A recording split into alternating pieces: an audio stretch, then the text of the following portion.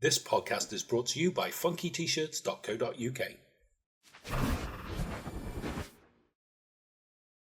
Hello there and welcome to More Movies Podcast, episode 63.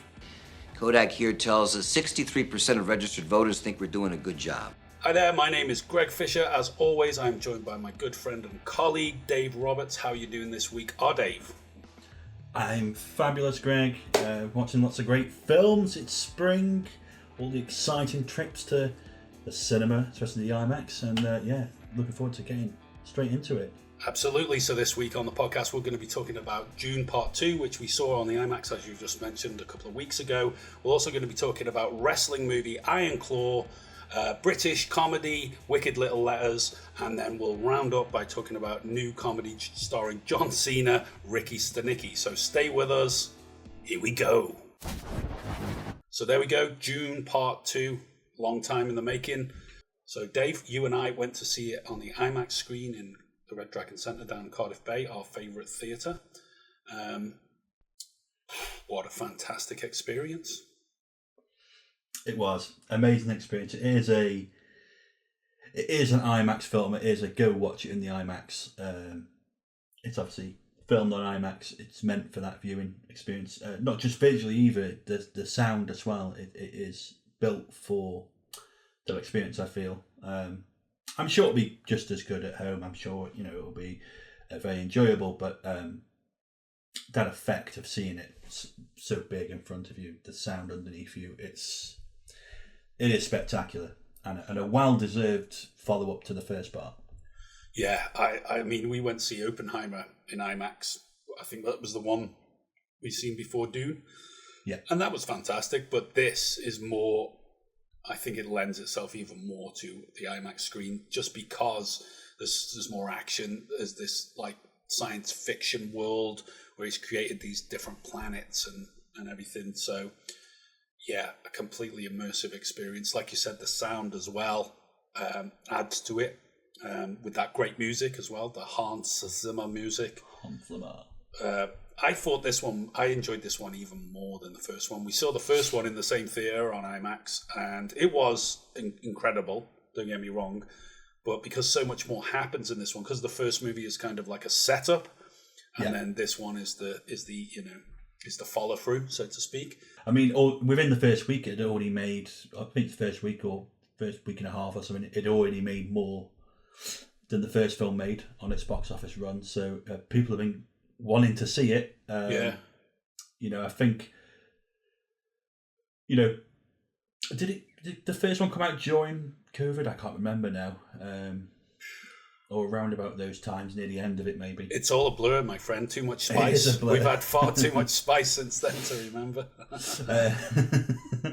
But I think also people who may not have seen the original in the theatre will have seen it at home now, got excited about it and going, oh, I'll go and watch the second one. So it certainly got all the attention and people want to go see a blockbuster. So. Exactly. And it felt like the whole audience really enjoyed it as well. I felt, there was that feeling of, everyone was just into it. It says here June 2021, so it'd be I think they wait until, things eased off just a bit. Starting to think about it now, I remember it was when lockdowns were getting eased and people were going back to the cinema and stuff. I think it was towards the end of that year, as I remember. So, and then we had Bond and stuff, all of these ones that had been held back. That they all came out in a slew, didn't they? But, we've been waiting a while for this one, even though there wasn't COVID restrictions this time, it got held back, the release date. I can't remember why now. There was some reason behind it that they gave. But I can't remember either. Don't matter now, do we? It's out now. We're seeing it. But yeah, I mean, a fantastic sequel. For me, I'll say better than the original. Just because so much happened and all, the visuals were so striking. You've already done all that, setting up the characters. So developing them that little bit further was a lot easier in this one. You could just let them go and go with it, because straight away we're in the desert again with Paul and his mom, Lady Jessica. So they're with the Fremen and the Harkonnens are sort of hunting them. It was straight away, you were into it. You were like, oh, there's peril here, there's this tension, and it's like, ooh, wow. I just say, the first part did all the world building, so here we can get right into it. We're straight into everything. It obviously looks beautiful. I mean, the whole thing. There's clearly CGI and stuff going on, but you don't notice it. They've done it in such a way that you're sitting there going, "Yeah, this is." He's quite similar to Nolan in that way, isn't he? He's quite similar to Nolan in that mix. He seems to get perfect. Villeneuve now, it's like, yes, there's CGI and special effects, but it's kind of seamless because it's mixed so well with the real world stuff. Yeah, and I think I think it always works well when it looks like a used world. That kind of, not everything shiny and all kind of stuff like that. When it is kind of, it's a dirty sandcrawler, it looks so much better for it, and that kind of rigid style. You believe it. You go, I believe there's a planet out there like this. You know what I mean? And so you buy into it a lot more that way. Last time we were talking to Tico, and he was talking about the influences on Star Wars. We talked about Dam Busters and different things, and obviously when Star Wars first come out, it was accused of ripping off Dune for a lot of stuff because, of course, you start on Tatooine, which is a desert planet, just like Arrakis. So by the time we get to Dune 2, and you just mentioned the dusty sand crawlers and stuff, there was that kind of, that's kind of like Star Wars, the Jawa sand crawler. So it's like, keeps going around. There was definitely elements of that, but it was done really, really, really well. I mean, that first 15 minutes, once the film started, I kind of forgot even where I was. I was that immersed in it, and it gives you a feeling as well, like a happy little buzz that you're enjoying something so much, and that's quite rare. I think that's a rare thing these days. To, like you mentioned, The Dark Knight. Yes, I definitely felt like that all those years ago when that came out.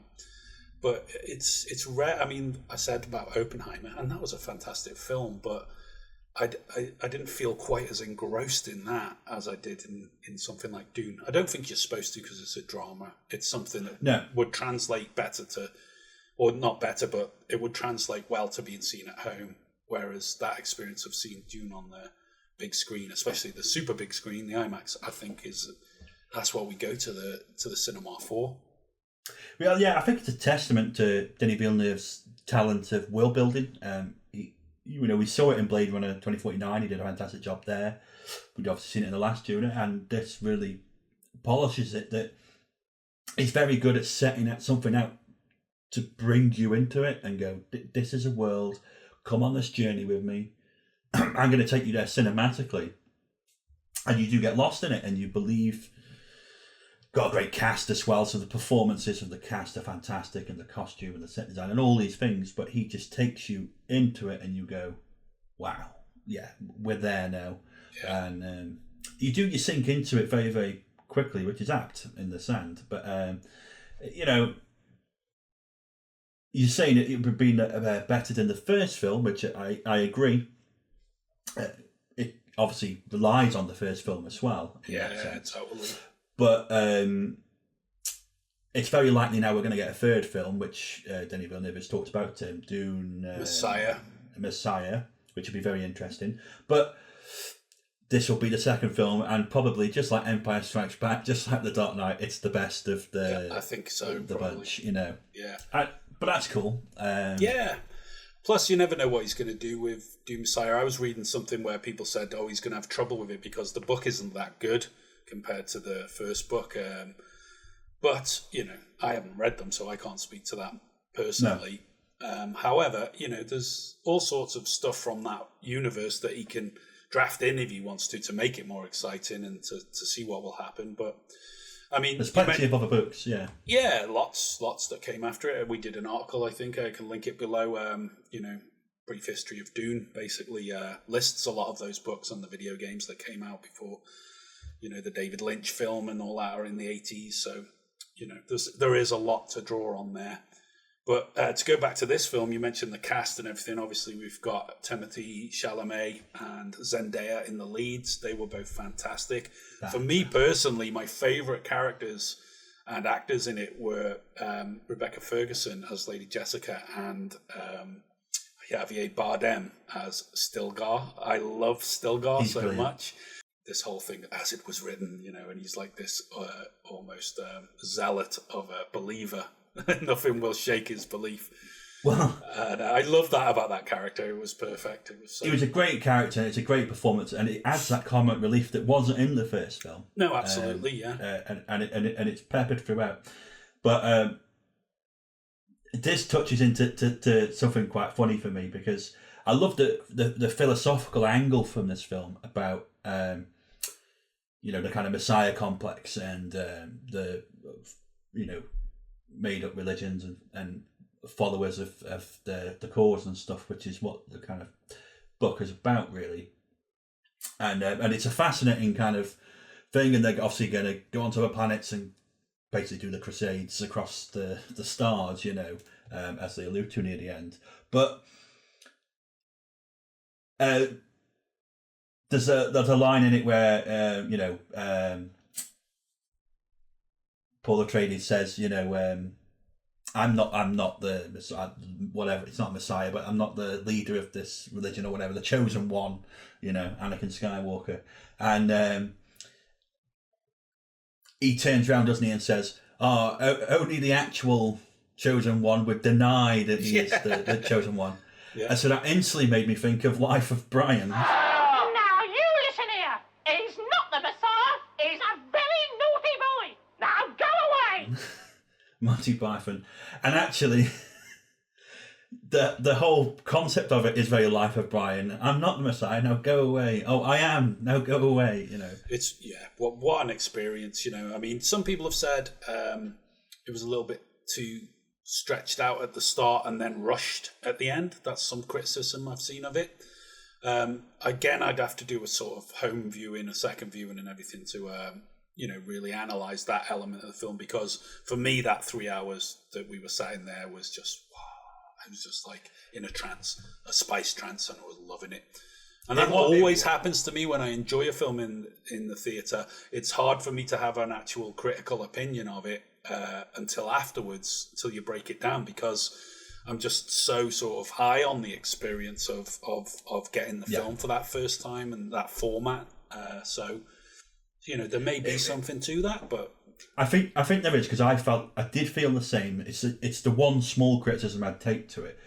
It's the moment after he gets the blue eyes, he's taken the drink, he becomes the Messiah, and they do that kind of battle, and then all of a sudden, it's like weeks or months have passed. It feels like, because they're in we're going to take on the main part now. And it's like, holy, where have you were back there a minute ago, and now you're, it seemed to jump in a very jarring way quite quickly. Yeah. But what I've heard is it's probably exactly like the book, because from what I haven't read the book, but from what I've read online, that the book does the same thing, where it's like, yes, he's the Messiah now. They had some battles. Now it just jumps ahead. So it's probably just like it, but it's a small criticism to me. Yeah, exactly. The story flows still. Yeah, so. As a film, it worked really well, I thought, in that sense. I mean, we got new faces in this one. People like Christopher Walken, Florence Pugh, Austin Butler. You're not a massive fan of him. How do you think he did in this one as that son of a bitch? Yeah, I'm not the biggest Austin Butler fan, but I think in this film, his performance was great, and the character was really interesting. Obviously, it's just some kind of psychopath. Mm-hmm. All the licking the knife stuff and all that, was slitting people's throats just for being near him. Horrible. So that all worked very well, and because I think of his limited screen time, and it being mainly just go be a psychopath, mate, it works really well, and but. It works as a character, and it's not too hard to pull off as long as you're semi-capable of doing something. Yeah. He sold it. He definitely sold it. What about Dave Bautista, who's one of your favourites? We got to see him come back. We did get to see him come back, but it seemed like he was... the one disappointment I had is his character just gets mugged off in his death scene, turns around, dead, and I was like, oh, really? In the first film, he was a badass, Yeah. And in this one, he was a bit of a bitch, just like, sorry, I was trying my best, I thought he definitely come across as a coward. They were portraying him to be, but that's the whole point, to make room for Austin Butler's character because they're both nephews of Stellan Skarsgård. So it's like, oh, you're not doing so well, I'll bring in the other one. A little bit like Ironclaw, which we're going to talk about next. You're not my favourite nephew anymore, but that could change. So yeah, I mean, it's still playing in theaters. If you can go and see it in IMAX, I definitely recommend it because it's a hell of an experience. One of the best films I've seen in that format, actually. Equal to The Dark Knight, as you just mentioned. But yeah, it was a thumbs up for me. I really enjoyed it. Yeah, I think so. It's probably going to be the film of the year, I think. And yeah, well worth the wait and very enjoyable. Just there's not really much you could throw at it to say, oh, this was bad or something. It was like, no, end to end, it was an enjoyable, solid, quality experience. Thumbs up from us. Shai Hulud decides today if you become Fremen, or if you die. Okay, so next film on our list, I've just mentioned it, The Iron Claw, which is directed by Sean Durkin. It stars Zac Efron, Jeremy Allen White, Harris Dickinson, Maura Tierney, Stanley Simmons, and Holt McCallany. This is about some guys that were wrestlers in the 80s. Was it in the 80s? 70s, 80s? Yeah, late 70s, mid-80s to mid-80s kind of period. Tragic story. Very, very sad. They seem to, it was that sad that, after the fact, people in real life said there was a curse, some sort of curse on the family. I didn't know anything about these guys whatsoever until this film came out. You filled me in a little bit on it, being such a wrestling fan. So you're much more qualified to take over at this point and tell us about this movie. Yeah, so it's about the Von Erich family, basically, which I must laugh. Some of the kind of press for the film and the PR and people talking about it online talk about them as in they're one of the most famous families in wrestling. They're not really. They are a famous family in wrestling, but they mainly wrestled in the Southern Territories in America back when wrestling was in the territories. So they've become famous over time because of the tragedy, but they weren't the Hart family or something like that. Really the most famous families of wrestling, but they're a big, well-known family, especially in the southern states. And wrestled people like Ric Flair, which people would know, and people like that. Anyway, the story is basically about the Von Erich family, which is the most tragic story in wrestling. That there is the dad who brings up their 4, 5, 6 sons or whoever into wrestling over time. I mean, one of them is supposed to go and do I can't remember what sport, but some sport in the Olympics, but the Olympics, of course, got cancelled. The Americans refused to go to the Olympics because it was Russia. Because it was Russia, but at the height of the Cold War. So he comes back and joins wrestling as well. But all of them get involved in wrestling somehow or another. Because the dad was a wrestler first. Because their dad was a wrestler, but the dad never achieved the goal of becoming world champion, which he always wanted. So his whole thing is, one of my sons will become a world champion on behalf of the family. Now, the dad's a bastard. There's no two ways about it. I hear people going, oh, he didn't seem that much of it. He was, to me. I mean, the way he behaves. I mean, he sits there at the dining room table, which probably people have seen in the trailer, going, you're my favourite, you're my second favourite, you're my third favourite, etc. But that can all change. It's like, you don't... you know what I mean? Putting them in competition with one another. Like. Yeah, it treats them like crap. Nothing's ever good enough. He has his favourites, etc. He's just not a nice man. Very, very, very old school southern states kind of father, distant, cold, etc.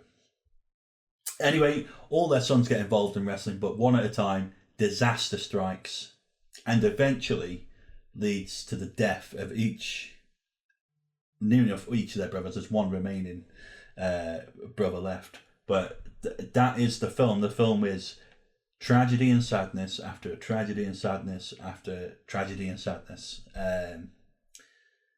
By the third death, you're just sitting there going, oh, can I take any more? You know, it is very solemn.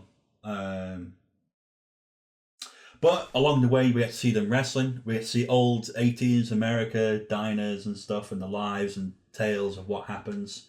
And that's all very fun. People playing Ric Flair and stuff, which is rather fun in the film. And they have all these big matches. And as we both said after watching it, it's the best wrestling performances on screen that we've ever seen, really, in terms of the actual wrestling. Because usually, a bit like with boxing as well, it can be really clunky and not perform so well. But they do a terrific job of the stunt work and the actual performance of wrestling here. And what we understand is they learned to wrestle and wrestled, and so that helps a lot. But yeah, I really enjoyed the film. I thought it was good. It wasn't perfect. There's problems with it. There's gaps in the story, which people will have heard about in the news. They left their brother out and stuff like this. As with every biopic, there's always things missed. Yeah.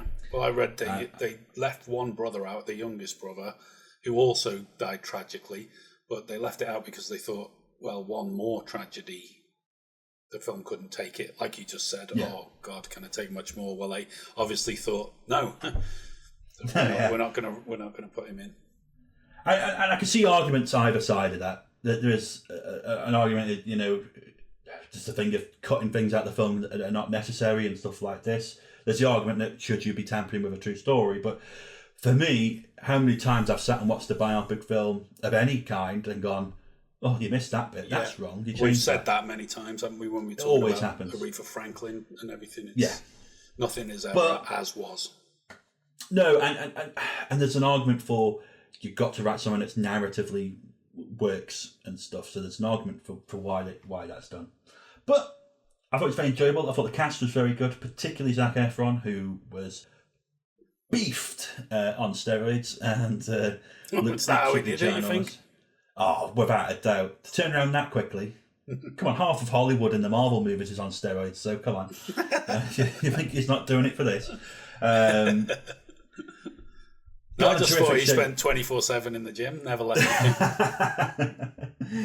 the so, looked fantastic. But the acting was great. Everyone played their part. The story was solid. It was an enjoyable film, another A24 film. They tend to do a great job of it. I'd say that there's issues with the film, but it's nips and tucks here and there, which, you know, I can overlook.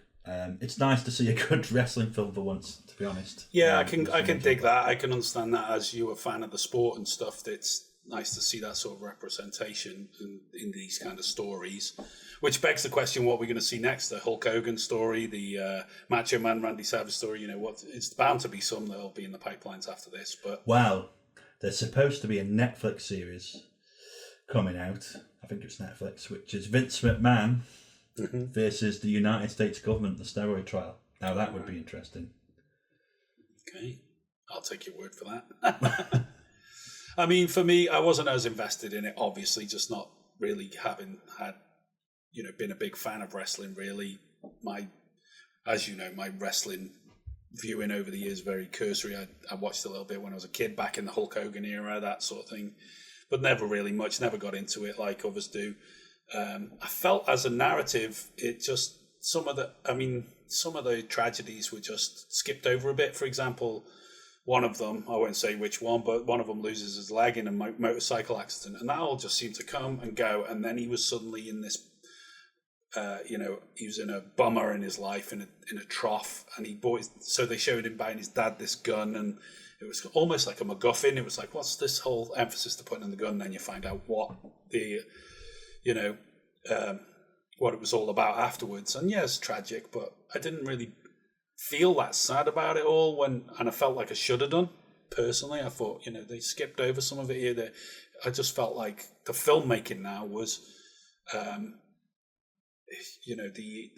beats and the flow of it all didn't quite match for me. But as you've said, the wrestling sequences were fantastic. Ironically, very realistic. But yeah, I mean, I'm glad you enjoyed it, mate. That's all that matters to me.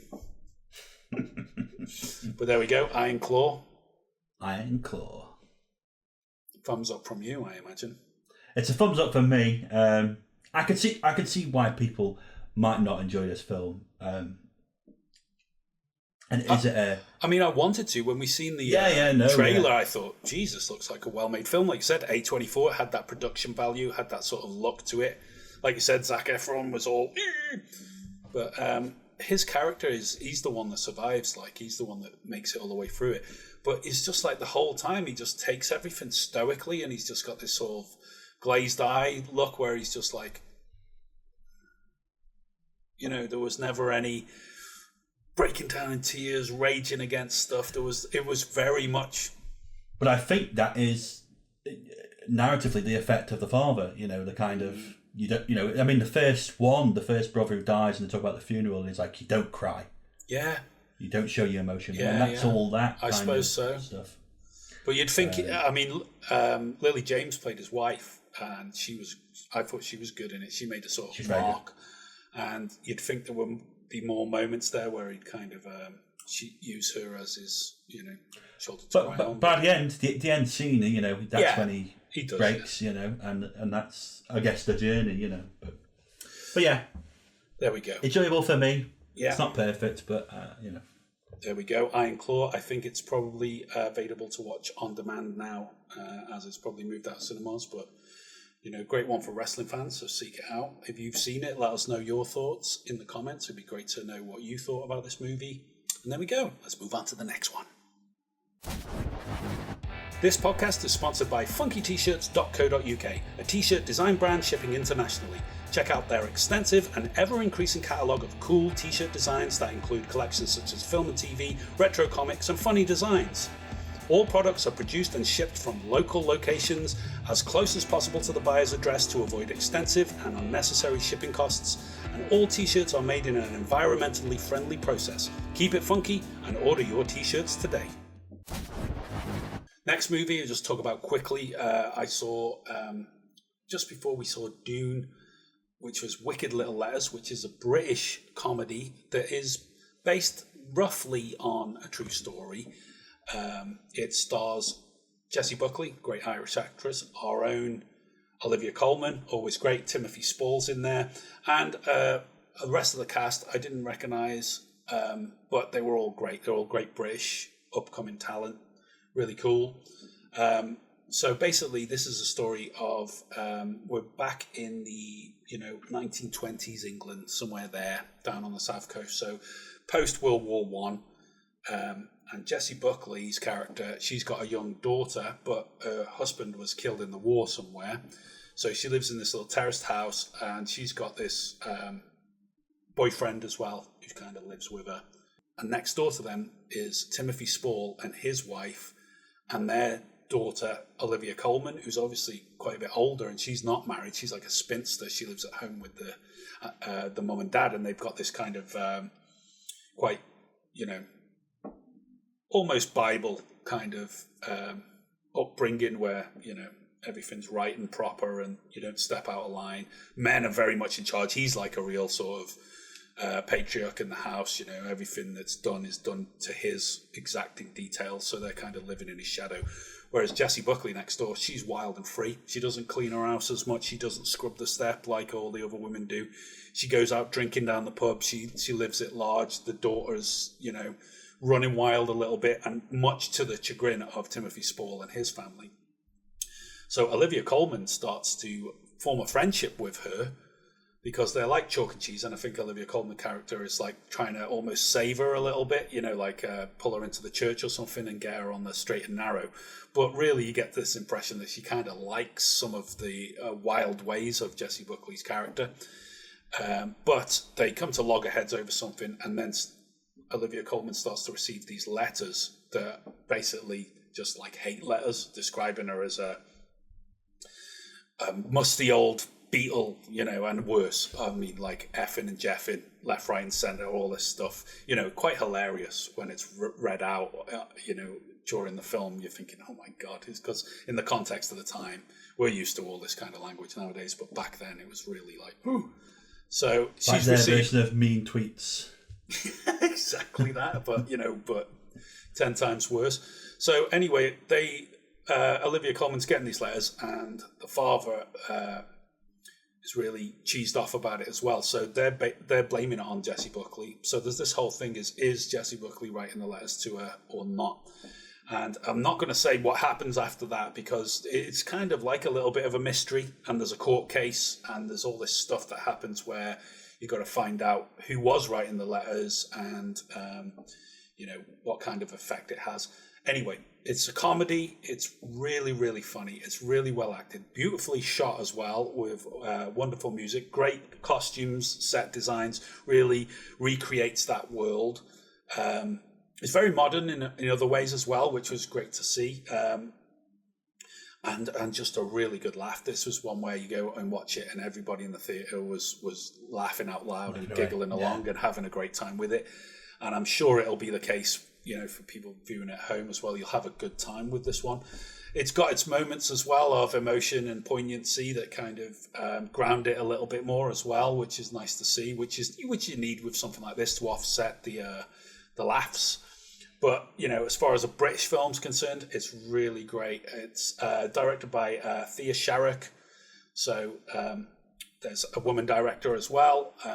Did a really fantastic job with this one. And it rockets along at pace. There's no parts in the film where you feel like, oh, come on, get on with it. It's like, one to the other. And there's a whole little team of people who are sort of like neighborhood busybodies that take on the role of private detectives in a way to find out who's writing these letters, basically. And really good, really enjoyable. I mean, you must have seen the trailer for it yourself. So. Yeah, I saw the trailer at the cinema and it looked really funny from the trailer. So it's good to hear that it's as funny as the trailer. Absolutely. And so, yeah, it's one I'm looking forward to. Definitely. I like Olivia Colman, so... she's great. She's always great. I've never seen her in a bad thing myself. No. So good to see her doing so well. I mean, if you think back to something like Hot Fuzz, where she's just this sort of side character, bit of comic relief there, she's now, Oscar-winning lead actress. And Jessie Buckley as well. Last thing we seen her in was Men, the Alex Garland thing, which was a really strange film, It was a bit like... And the one that I've seen her in before that, I can't remember what it was called now, but do you remember that Netflix movie, which was Charlie Kaufman thing, and it was really strange. It was called I'm Thinking of Ending Things. Do you remember that one? I did a review for it on the website, which I can link below for anyone interested to read that. But that was quite strange, but not seen Jessie Buckley in that much stuff. Otherwise, in this is, of the stuff I've seen her do, this is her best role. She's brilliant in it. She's really, really funny, really, really good. So it's good to see her go and do something new, I guess, and because she does some good roles, but you'd say it's been sparse, really. But, well, some of these films have been quite strange, I think, which have been great. Gives her something to get her teeth stuck into. But this one, I felt was such more of a formed character and fleshed out, and she was just perfect in it. Really funny.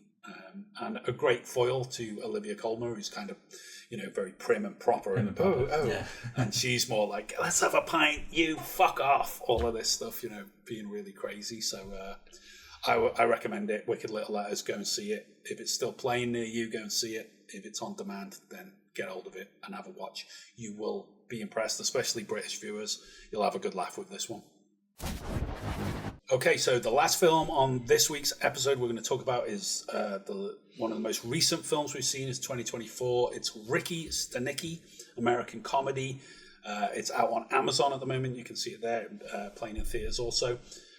Directed by Peter Farrelly, who used to do a lot of stuff with his brother, the Farrelly brothers, Bobby and Peter Farrelly. You know, things like Something About Mary, Me, Myself and Irene, all of these kind of like classic, in a way, 90s comedies. I think Dumb and Dumber was one of theirs as well. Yeah. He's obviously worked on his own for the last few films. He's done this one.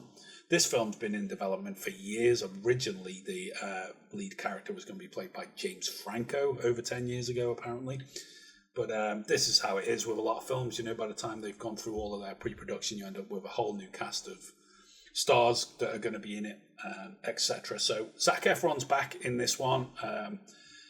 We've also got Andrew Santino, which a lot of people will probably know from his podcast he does with Bobby Lee.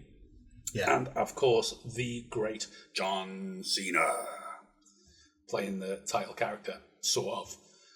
So this is a comedy about three young friends who, when they're little and they're getting up to naughty things like putting a flaming pie on people's doorstep, end up, nearly burning the house down and getting into trouble. So they blame it on like a friend that they made up called Ricky Stanicky.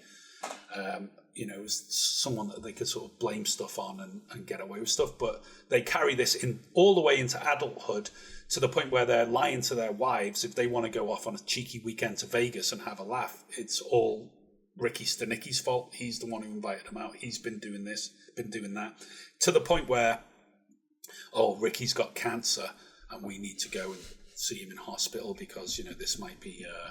So they're, really bad lies because one of their wives, Andrew Santino's wife, is pregnant. So anyway, they go off and they're having a good time in Vegas.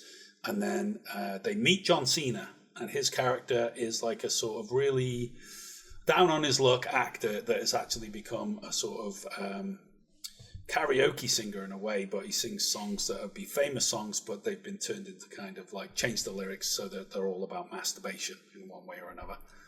Rock Hard Rod. So he kind of like clings onto him at the bar. They're not really interested in making friends with him, especially Andrew Santino. He just sort of like wants to fuck him off because he's trying to leech drinks off him and food and stuff like this. But obviously Zac Efron feels a bit down, feels a bit sorry for him, and he's like, sorry about my friends. And anyway, he gives him his card. Then they find out Santino's wife's gone into labour, so they'll all kickbollock scramble to get back and go, oh. But that's where the film really starts. A lot of their family and everyone's saying, what about this Ricky Stanicky? Like his mother-in-law is really suspicious. She's like, I don't even think he exists. So she's kind of onto them. So this gives them the idea to get back in touch with John Cena's Rock Hard Rod character and ask him to come over and pretend to be Ricky Stanicky for the day. Which he does, and to great effect, but almost too great effect because it then develops that he actually almost is, becomes Ricky Stanicky. And to say any more about it would be telling you about the whole film, so I won't. But tell us, David, your thoughts on this one. Yeah, I'd say because I guess they're forced to ring him up because all the family expecting to see him at the bris. He must turn up at the bris. We want to see this Ricky Stanicky fella you're always talking about. I mean, they almost give it up at that point in terms of the one character almost dobs them all in. Basically, this is all a lie. But so they bring Mr. Cena out. I mean, this is a film that it starts a little slow for the first 10 minutes. It's kind of just simmering, but then I think it really builds momentum. If this is a comedy that builds up, and so by the time you're getting halfway through the film, you're like, this, yeah, okay, you're laughing out loud at bits. By the end, there's some hysterical stuff. It's just ridiculous. So it really builds up the comedy value. In a way, I kind of wanted to see it because John Cena was in it, and I'd seen a couple of ridiculous clips from like the trailers and stuff that I was like, what's this all about? But I was half expecting this is going to be one of them shit comedies that comes out, especially Amazon. Amazon got a terrible track record over the last 3 or 4 years of pumping out these shit films, low budget quality, not funny, and So it was a real kind of pleasant surprise to put it on and go, actually, this is actually funny. This is that, you know, and I think comedies have struggled in the last few years. I think, if you go back 20 years to that period of you're talking like what I call the white poster comedies. There's something about Mary and all those kind of things. All of that, yeah. There's American Pie, all those things from that era. Some have aged well, some haven't. But I just feel that there was a lot more funny stuff coming out, and it was different and dangerous and trying things, and you'd have a laugh regardless. And I think in the last 5 to 10 years or whatever, particularly the last 5 years, I mean, it's been awful when comedies have come out. They've just been dull. You know, a couple of jokes, if that are funny, and then just not hitting any mark. So it's nice to see something like this come along, and you're like, yeah, this is funny. I mean, particularly, say, the karaoke songs about masturbation. That was so funny. Ooh, baby, I masturbate every day. When he actually gets into the character and becomes Ricky Stanicky, I mean, half the stuff he gets up to is just hilarious. He really buys into it. He's brilliant. I thought he was brilliant. I mean, John brilliant. Cena, for me, look at him, what he's just done at the Oscars, that little part where he's got no clothes on. He is kind of a clown in a sense that he's, you know, he did that stuff for DC a couple of years ago where he had more substantial role. That was funny for what it was.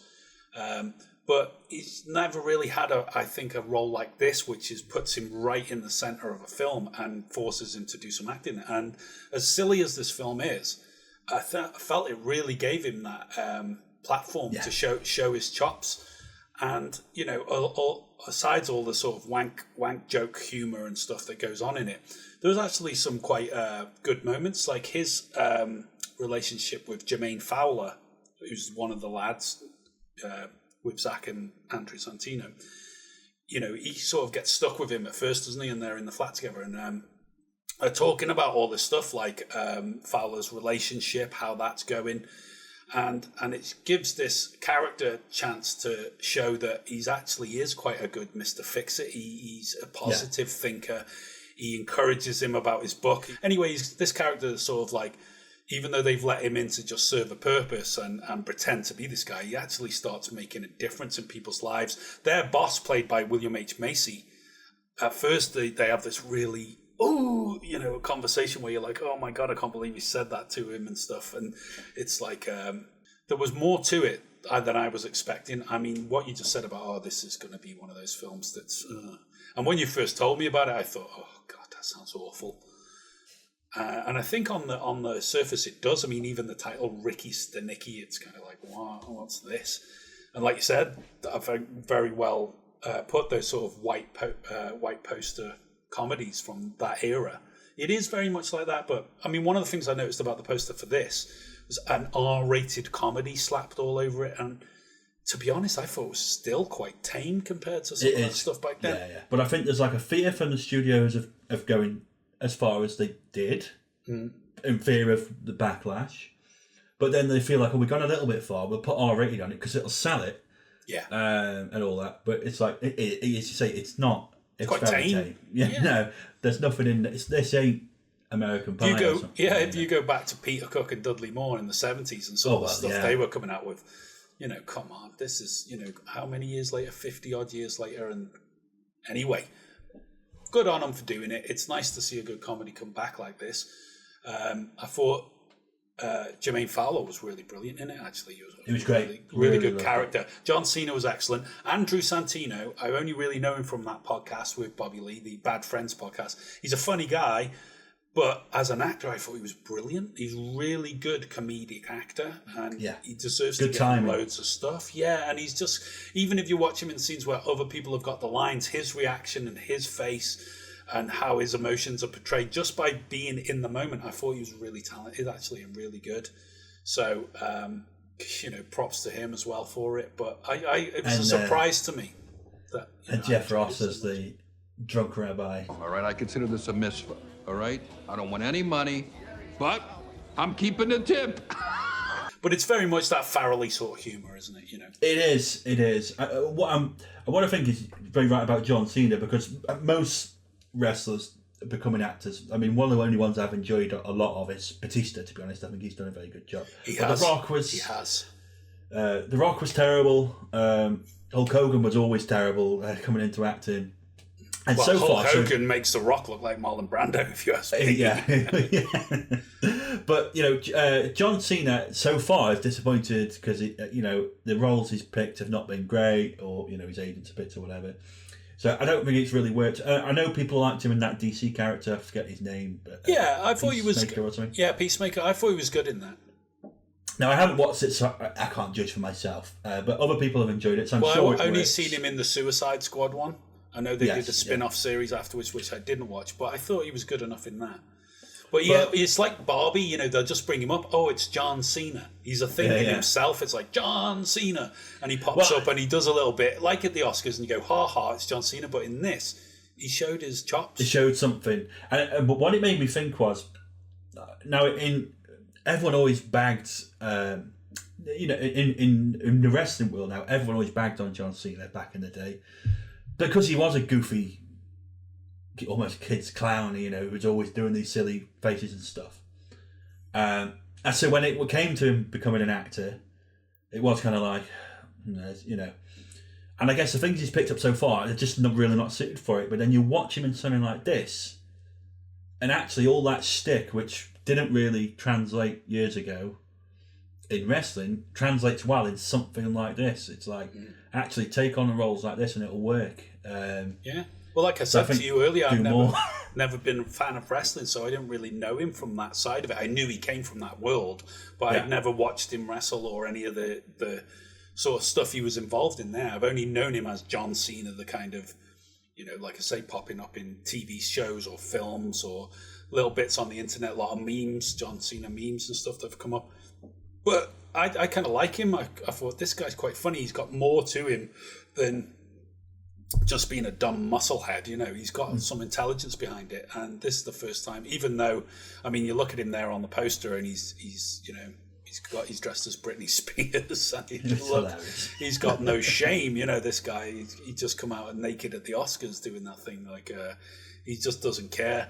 But there's more to him than that. I think, you know, especially comedy chops for something like this. I thought he did really well, and I wasn't expecting to enjoy this film, to be honest. I put it on and I thought, if in 10 minutes I'm just like, oh, this is terrible, I'll turn it off, because that's what I do with films. That you just get that impression straight away. It's like, I'm not going to waste the next 90 minutes on this. Get it off, watch something else. But after 10 minutes of sort of going with it, I start to giggle. Then you get some laugh out loud moments, which I wasn't expecting. And, you know, by the time, like I say, we get into it and they've got the party going and William H. Macy turns up and John Cena's there wowing everyone with his amazing acumen about this, that and the other that the character's supposed to have been doing. Because they write this Bible for him, don't they? Yeah. Over the years, these are the things we've said you've done. And as an actor, he takes that seriously and it becomes, you know, more than they expect. He becomes the character. What did you say, Ricky? Oh, nothing. I was just saying fuck you to that guy. We can all strive to be Ricky Stanicky, I would say. To the best friend we never had. To Ricky Stanicky. To Ricky Stanicky. Best friend we never had. But yeah, great. I'd like to see Andrew Santino get more work as well on the back of this, because he was really funny in it. He was really great. He's a bit of a bastard, but he you know, he is on the podcast. If you've ever seen him with Bobby Lee on the Bad Friends podcast, he's terrible. Some of the things he comes out with, you think, you son of a bitch. But his acting chops in comedy are really good, I think, and he deserves to do more stuff like this. And so does John Cena. So there we go. I've said it. I'm a fan. See, John Cena's the man. But yeah, great stuff. Thumbs up. Do see it. Like I say, it's on Amazon Prime. So those of you subscribed, very easy to see at the moment. I've seen a few people online that have seen it and other people asking, is it any good? I'd say, yeah, give it a go, especially if you loved all that Farrelly stuff from beforehand. Kingpin, that was another one of theirs. Remember that with Bill Murray and Woody Harrelson? Classic film. Same sort of humour, you know, you think, oh, geez, you know, like I remember in Something About Mary, he gets his balls trapped in his zip. So there's always some sort of genitalia thing. In this, it's a circumcision scene, isn't it? Yeah. There's always stuff like that you just gotta, expect from something like this. But there is more to it underneath. I think it tried to have a sort of moral center to it, and to some degree, this one succeeded. If you don't take it too seriously, it was well done in that sense. It was great fun, full of laughs, and that's all you want. Absolutely. So there we go. That's another podcast 63 in the bag. Let us know your thoughts on any of the films that we've covered this week, or any films indeed that you'd like us to cover in future podcasts. It's always great to hear from you, our listeners, on YouTube or on any of the audio streaming platforms that we put this podcast out on. Of course, I should mention as well, again, that this podcast is sponsored by funkytshirts.co.uk, so go and check them out and get yourself a cool t-shirt. And what else, Dave? What am I missing? Yeah, just remember we are over at buymeacoffee.com, where you can support us and drop us a cappuccino or a frappe or just a flat white. The few quid you give us there can help us keep the website up, keep the lights on. Those small things, which is really, really appreciative if you like what we are doing over here.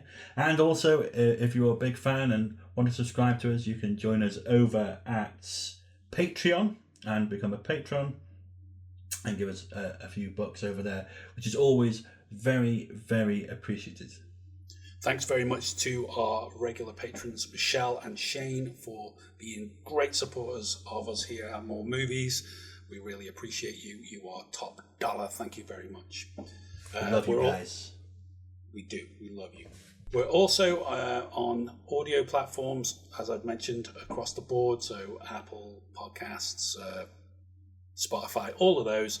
So you can listen to us if you don't want to watch us, don't want to see us, all these funny clips and our faces. You just want to go for a jog and listen to us talk about movies. You can do that also. And check out our website, moremovies.co.uk, for all of our film reviews and articles that we've been putting together over the last couple of years. There's plenty on there to see. So go and check us out over there and read yourself a review or watch some videos over there, because we've done other stuff, as again here on YouTube we have. And you can follow us on social media at More Movies For You, pretty much across the board. So come and say hi on Twitter, or come and see what we're up to on Instagram. It'd be great to see you over there. But as I say, that's it for another week, my friend. It is. So any final thoughts before we wrap this one up? Well, I'm just hoping I don't get caught by a sandworm when I take my walk on the beach later. So please don't. Remember to do that funny walk they do, The funny walk. Yeah.